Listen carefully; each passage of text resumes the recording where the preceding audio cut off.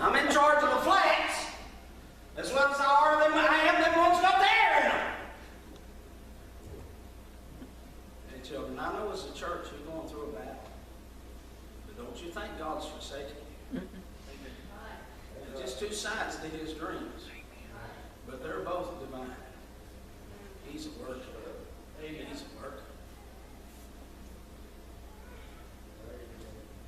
But you know, when I thought about these dreams, I thought about his future. He's a son in favor. He's a son that just got a simple responsibility. Just obey. That's his function. Just one job. One job. One job.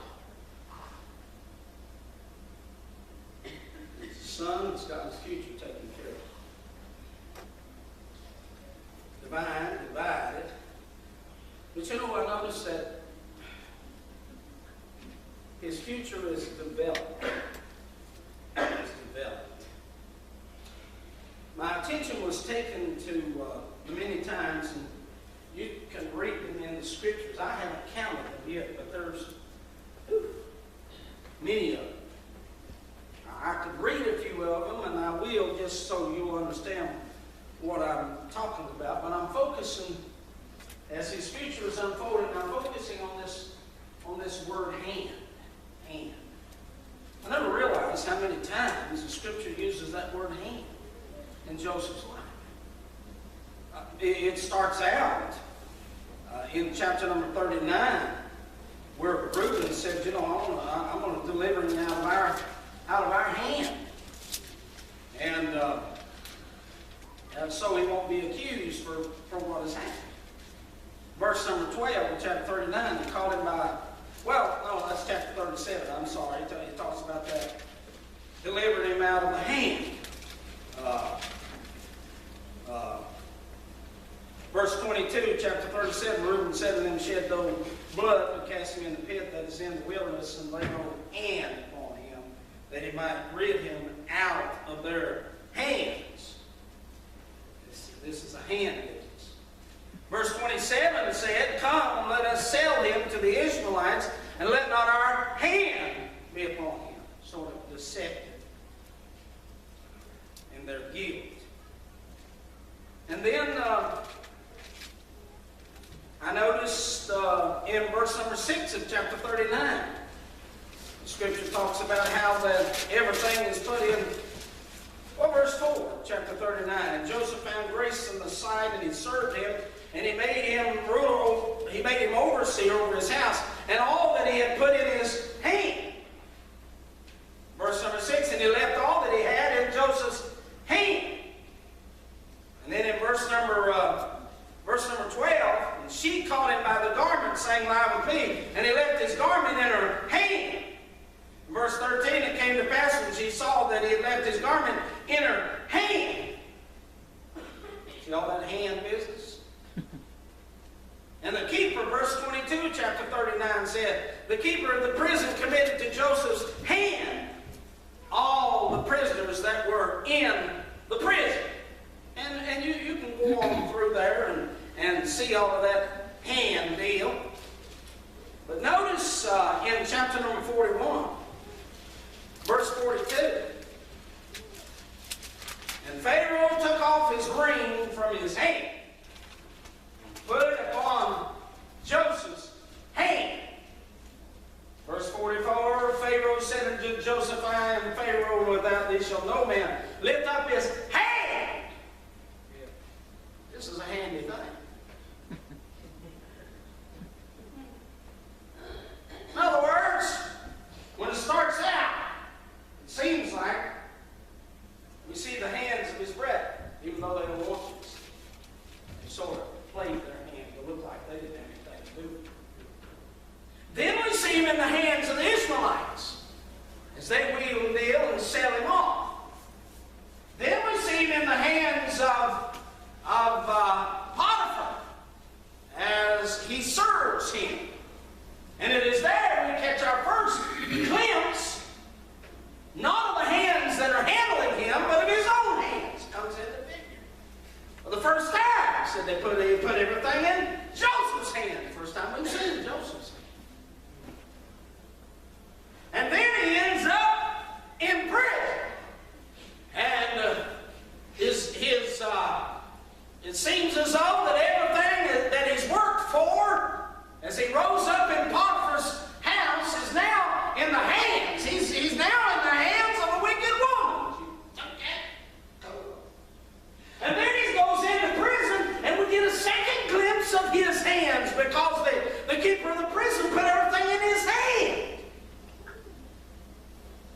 And then in the last scene, we see some pretty big hands. Somebody said, well, what's happening?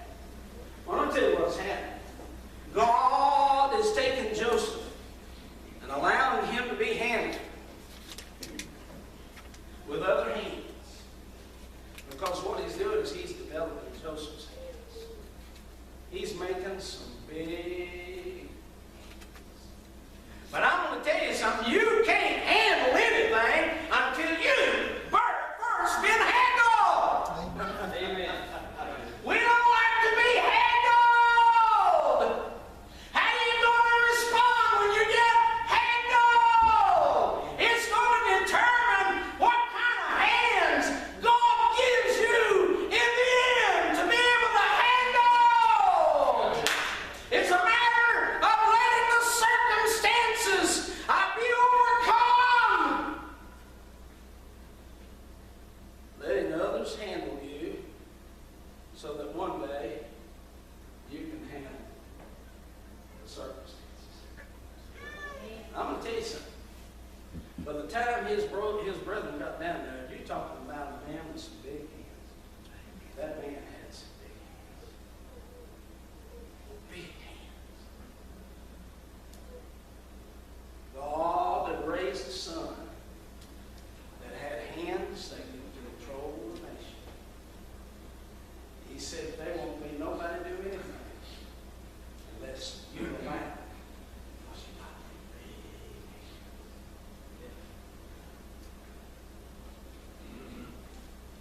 He said, man, you got your daddy's hands, ain't you? How'd you get your daddy's hands? I got a handle on them. I didn't realize while I was getting the handle, I was growing up. Like what one old fellow told me years ago was, I don't know, that's in my 20s.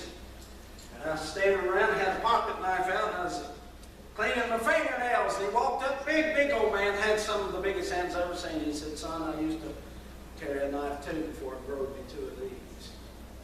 He had a big hand.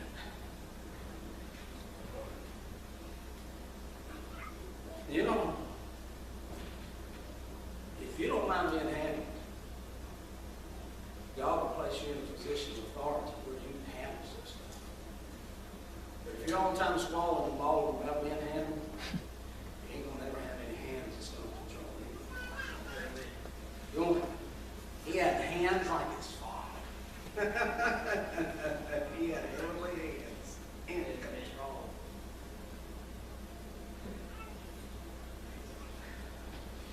I really don't know how to say this, but I do say it in humility. I hope.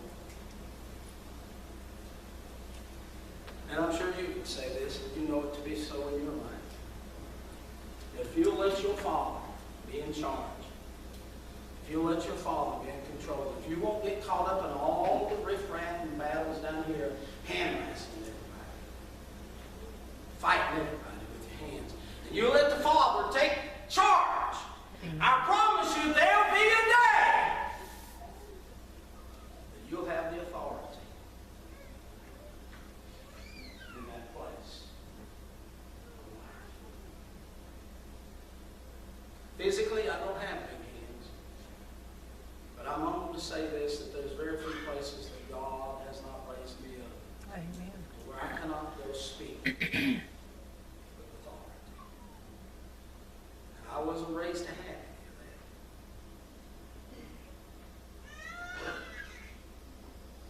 But as a result of just letting Him handle the situations, He raises up those hands.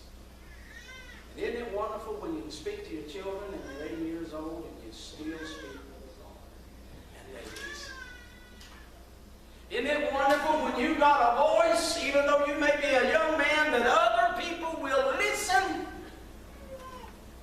because you got the hands of your Father. His hands. I don't know about you, but I'm glad I belong to my Father. I'm glad I'm favored. Did I tell you? He loves me me more than anybody here tonight. I don't know how the world can be as good as you. It seems to me it would be impossible. How you feel?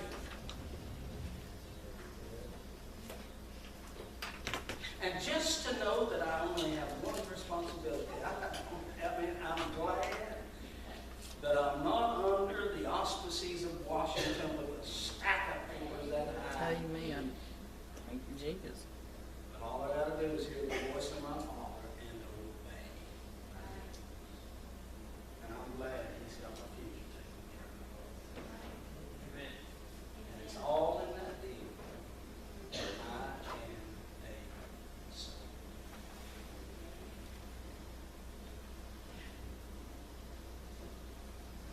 Let's stand.